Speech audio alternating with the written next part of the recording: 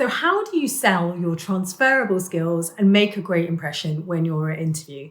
Now, these are high pressure environments, right? It's super stressful. So what we don't want is that people are saying things for the very first time. We're much more likely to stumble, feel awkward, not do ourselves justice. So today we want to give you a technique that we teach a lot of people when they're preparing for interview, but also so that they can use it in their CVs and in their covering letters to convince people that there's someone who really is the right person for the job. And we call that technique STAR story framework. And it's really important because it will help you use muscle memory to tell stories about your transferable skills. So as Eric said, you're not relying on saying something for the first time. Helps you keep concise and punchy. 2 minutes or under is an ideal STAR story length. Yeah. And STAR simply stands for start. The S is for situation. So that's the headline grabber. You know, think about a newspaper article headline where you're drawn to read more. So you want to grab their attention. The T is for task. So what was it that you were doing? What was the task you were given or you were asked to do or you decided to do? The action is really the meat of the story. This is where you're telling the powerful stuff about what you did, what you innovated, what you solved, how you made a difference. And that takes you then into result. What was the impact of what you did with this transferable skill for you, the organization, clients, etc.?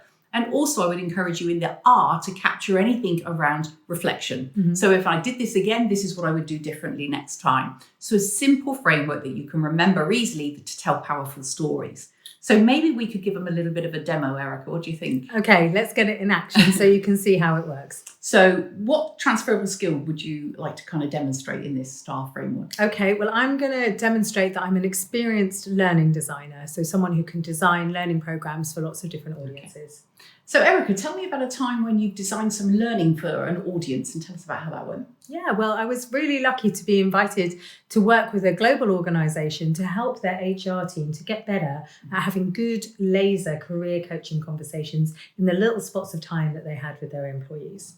And they asked me to design something that was going to be able to be rolled out globally, that needed to be like virtual and interactive and fun and quick and easy to learn. So the first thing that I did, I'm in action now, just so you've got the structure, was I went and interviewed a bunch of people who would be the audience to find out what their problems were, how they like to learn, and what would make those sessions really useful for them. And then I devised materials and what we call a learning design, which is basically like an agenda and plan, and all of the slides and things. And then we piloted it. We tried it with a small group. We told them it was new, and we got their feedback at the end. And on the back of their feedback, we made it even better. We did that a couple of times until we had it just right. And as a result, the client was super pleased. The people in the room felt it was really time well spent. And we rolled it out globally all over the world.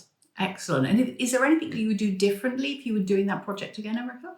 I think maybe having a bit more of a spacious timeline. It was quite pacey.